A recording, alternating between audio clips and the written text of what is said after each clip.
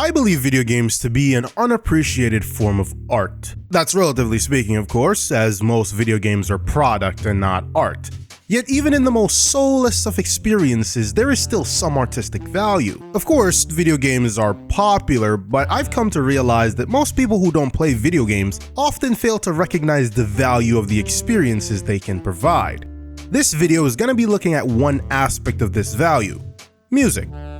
I want to put a disclaimer here to note that I won't be looking at this from a music theory perspective, mostly because I know very little about music theory. I mean, I do kind of play the guitar, but I've neglected guitar theory up to this point, which is probably why I'm so ass, but that's besides the point. The point is, I will be looking at music in video games from a more casual player's perspective, looking at how and why the music works in the titles they do, and how it elevates or fails to elevate the experience. In my opinion, I think video game music is quite underappreciated, not only by people outside of the general gaming community, but also by a lot of gamers too. And it's sort of understandable. When I hear the same track over and over again, it eventually just becomes background noise. I'm the type of guy that turns off music in a lot of the games I play, because I hear the same track so many times it starts to piss me off, especially when the game isn't going my way. This is where a strong library of different music with the capacity to invoke similar but unique feelings comes into play. So, with that being said, let's talk about C418, Lena Raine, and Minecraft.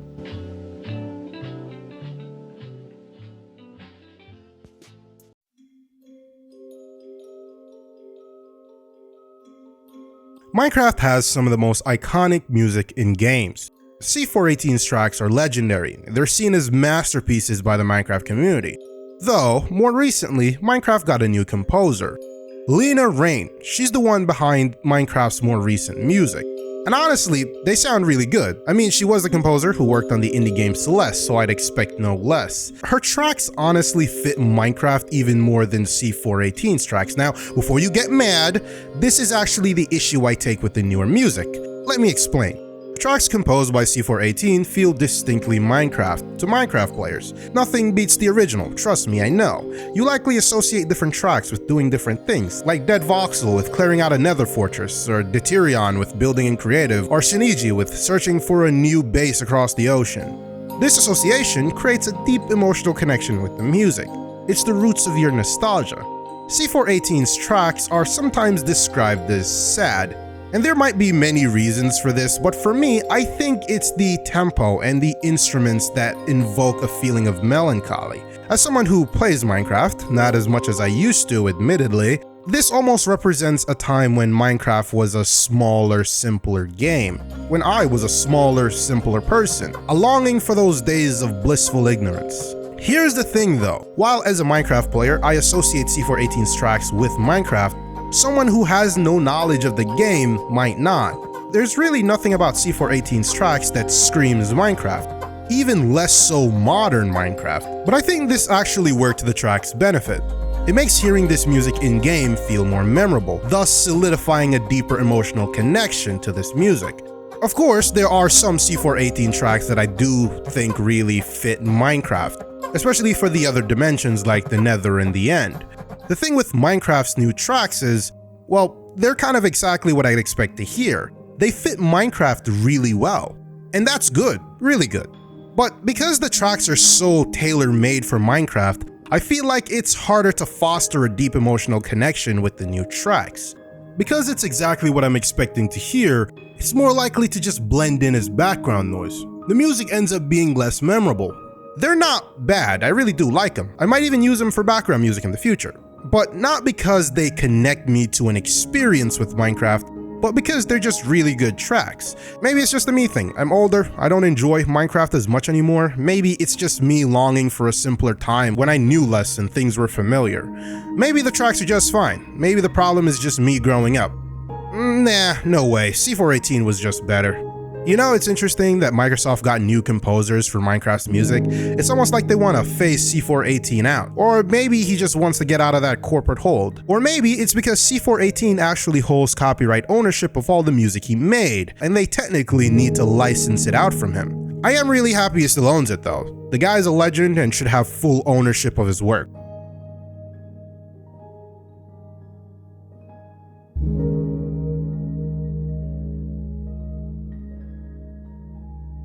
C418's music is often described as nostalgic. A reason for this might be the consistency of the musical style. And this is a somewhat important part of any game that intends to maintain any form of longevity. A good example of a game that will likely never invoke a feeling of nostalgia on the basis of music is Valorant.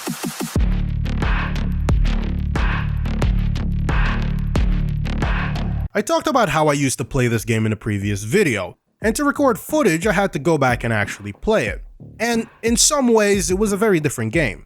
The UI looked more dramatic, sorta generic looking, and the music reflected this. Well, the thing is, it's not that the new music or interface is bad, it's clearly very well made, but nothing about it really felt like the Valorant I knew. Of course, this is personal preference, but Valorant's original menu music back in the earlier episodes had a distinct style that not only fit the aesthetic of the game, but also how it felt to play it. In some ways, the older music just felt a lot better. Even some older Valorant players might not have noticed this, but each Valorant tab actually has its own unique music, which was pretty genius, as you would have distinct memories of hearing certain songs while doing different things.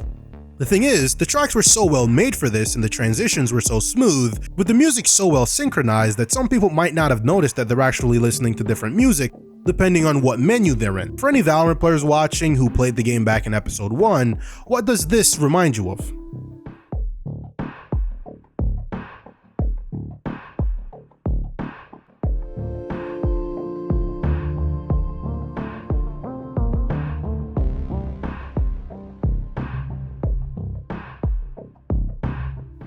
Yeah, probably scrolling through the battle pass. What about this one?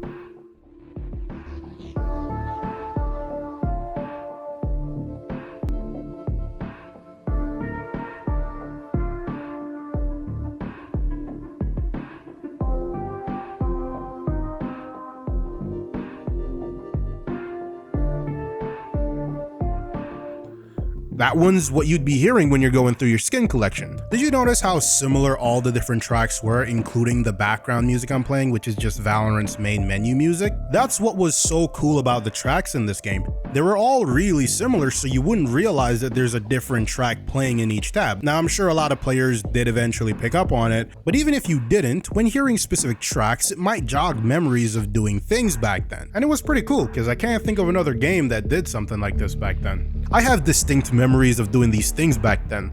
I remember looking at the first knife I ever bought and hearing this in the background. Nowadays, this is what you'd hear.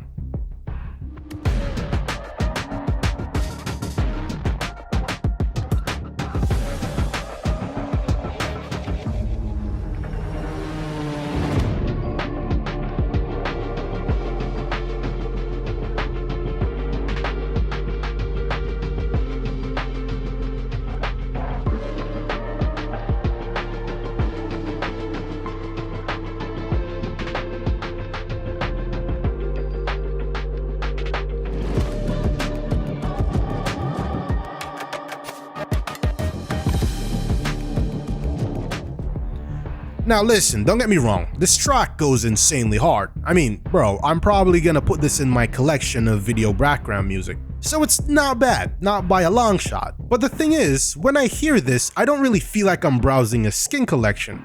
I feel like I should be running through a futuristic city or some shit. There was something about the old track that was more chill, more laid back.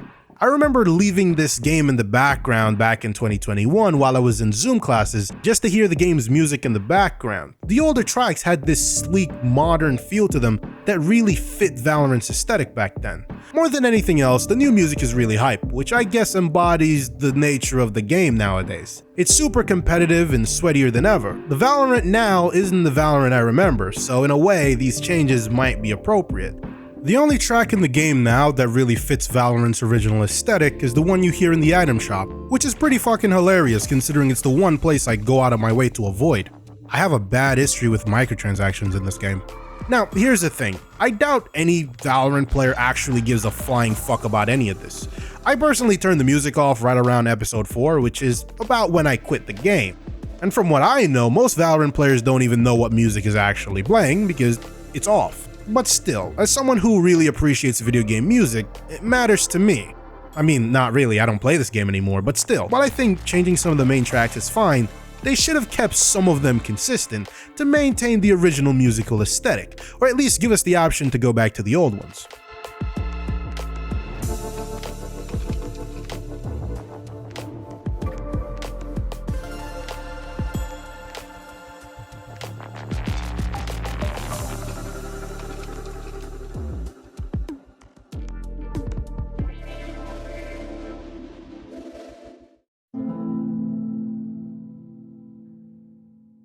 Elden Ring's OST is one of the best in games, but it isn't without its low points, which I know is a crime to say, as any criticism of this game is often left with a high dislike counter even when it's not real criticism. But I'm gonna keep it real.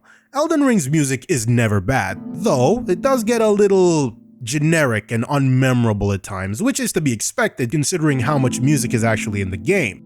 The boss tracks have the highest highs and the lowest lows in my opinion. Like, does anyone know what track plays when you're fighting fucking Gideon?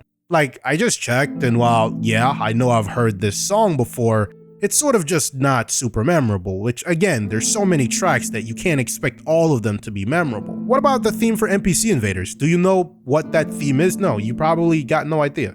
Yeah, you know, I could go off listing all the generic tracks, but they're honestly so unmemorable that that's the only one I could really think of off the top of my head. Like, yeah, I'm sure there's more, but I really don't want to go searching. Most of the main bosses have unique tracks that work fairly well, but for the most part, they all kind of sound the same to me in a weird way. So let's talk about the good ones and why they work. In some instances, to really appreciate a track, it helps to understand the background lore of the boss fight. This is really the case with Rennala, Queen of the Full Moon.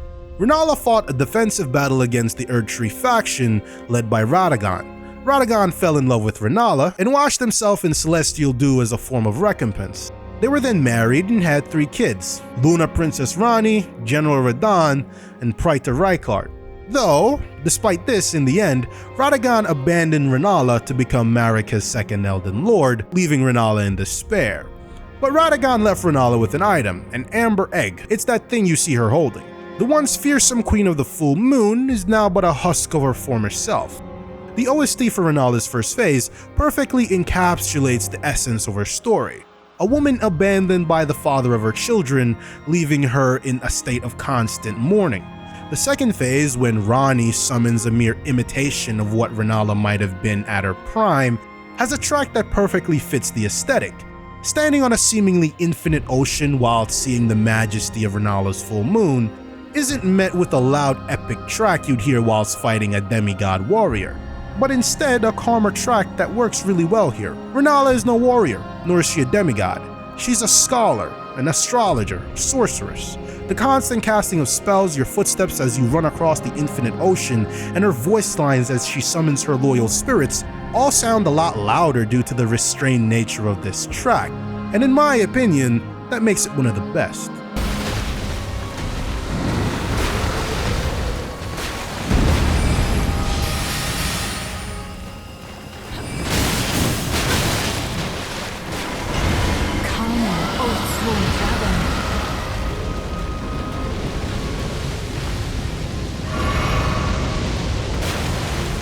A track similar to this one, but definitely a lot less restrained, is Malenia's OST. Like a lot of the main bosses in the game, Malenia's track has 2 versions depending on the phase. With the first phase, there's what I'd describe as almost an ethereal sense of desperation as you constantly try to survive whilst she searches for you. Malenia's blind, which is why she can be so passive in her first phase sometimes. She's constantly searching for you, her wild sweeping attacks constantly trying to hit their mark. But if you can run down that health bar to get her to the second phase, the overall tone of the track goes from one of desperation to ascension. Her second bloom gets her closer to becoming a god, and the music does emphasize her newfound aggression. She's no longer searching, she knows exactly where you are, and you gotta survive her onslaught. This is by far the most difficult boss in the game for me, even after the DLC. As difficult as Consort Radahn is, he didn't really give me nearly as much trouble. And I think her soundtrack really does embody her status as one of the most powerful of the demigods. Now, rot.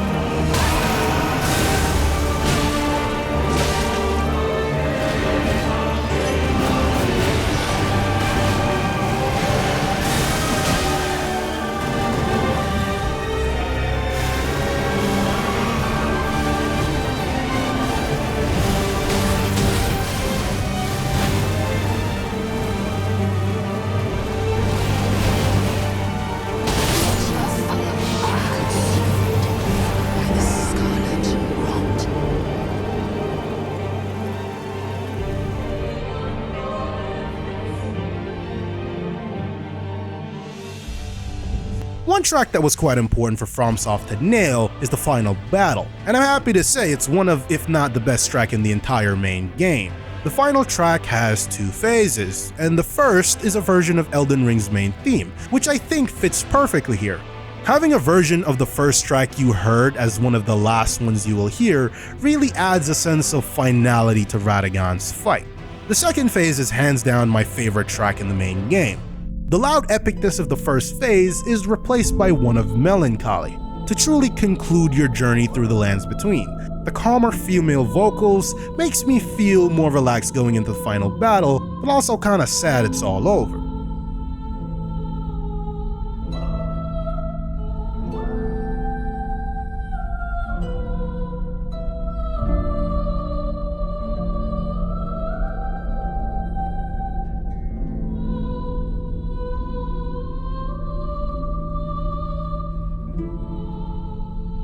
I can't really talk about boss tracks without talking about the Shadow of the Erdtree DLC. There's so many good ones that I couldn't possibly tackle them all. While for the most part, I think the heights of the DLC don't really match up to the heights of the best tracks in the main game, it never stoops to its lows. But there's one exception to this, a track that I believe to be superior to most of the tracks in the main game, except maybe the final one. And it's funny enough, the final track of the DLC, Promised Consort Radahn's OST. The first phase is a track that emits power, matching up with the mightiest of the demigods before his ascension to lordhood. It's one of the only loud and epic tracks that I really enjoyed.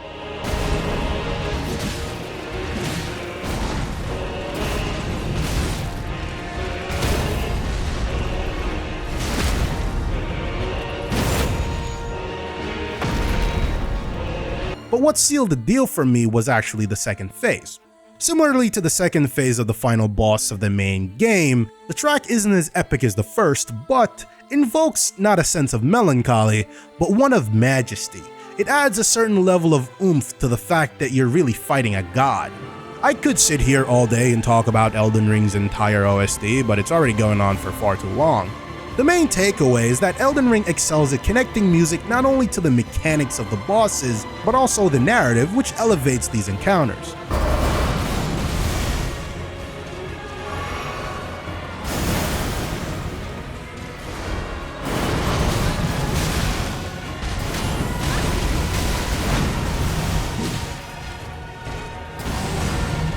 But boss tracks in video games aren't the ones you hear most often.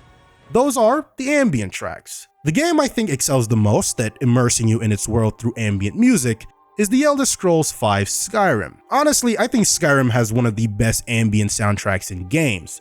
While one can argue in a lot of ways, Skyrim is a downgrade from Oblivion and Morrowind, no one can deny that the soundtrack is a drastic improvement. To this day, I don't think there's a single fantasy game that matches up to Skyrim in terms of ambience. Now, I should quickly define what I consider ambience.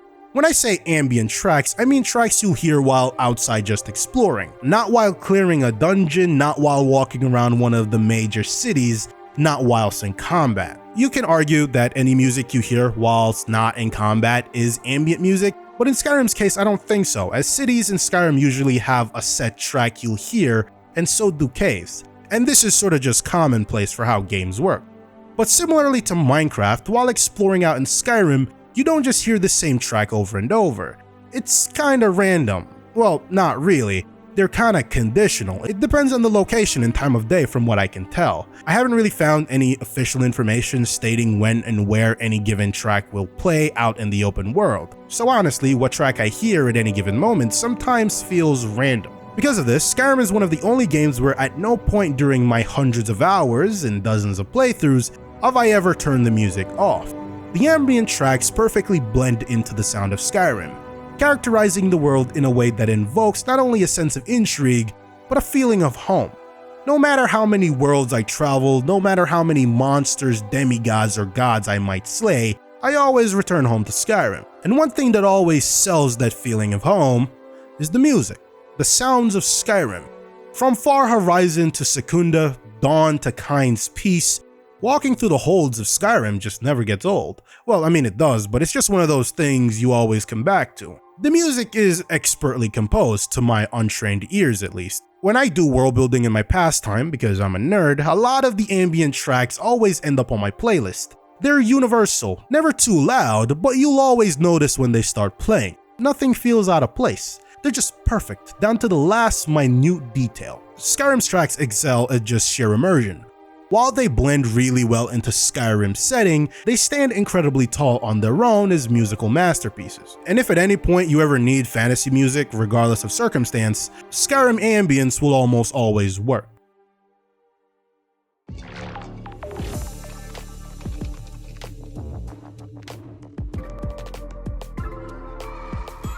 Video games are an unappreciated form of art.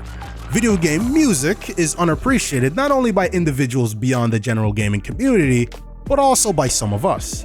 The impact music can have on your experience might not be immediately obvious, but in some cases, it's so generic that I understand just turning it off. The music doesn't always work, but when the music works and synergizes with the narrative and/or gameplay and/or world, it can elevate a great experience into an unforgettable one. Obviously, I've only talked about a few games in this video, and there's plenty of other games that have amazing soundtracks that I never really got to cover.